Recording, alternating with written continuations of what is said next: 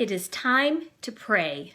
Hello, my name is Tina DeGraff, and I'm an author and professional speaker for Christian women's events. And today, we're going to be chatting about prayer. This is the first part in a 4-part series that I'm doing on prayer. If you're watching live or in the replay, I would love to connect with you in the comments below. One of my favorite authors is Corrie ten Boom, and she says this about prayer. What wings are to a bird and sails to a ship, so is prayer to our lives, prayer to our souls.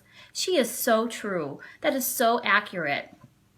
We need prayer for guidance. We need prayer for direction.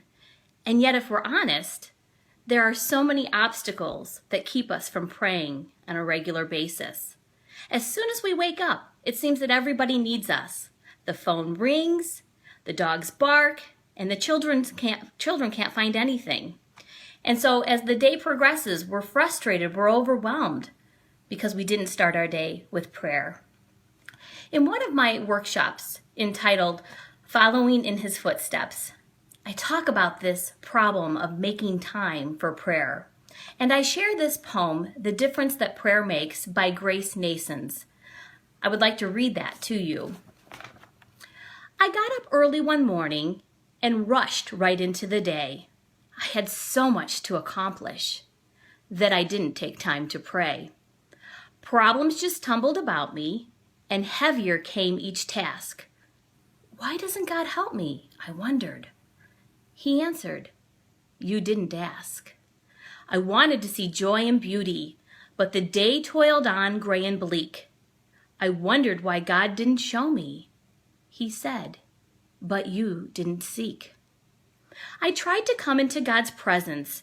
I used all my keys at the lock.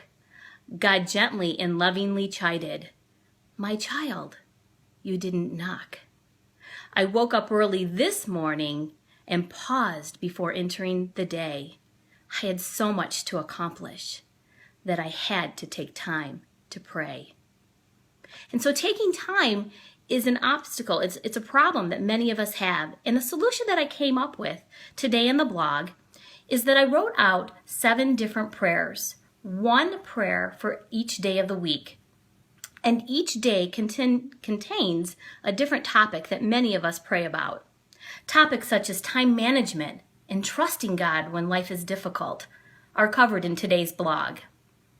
But this list is not all-encompassing. There are many things that many of us pray about on a regular basis. But this list is a start.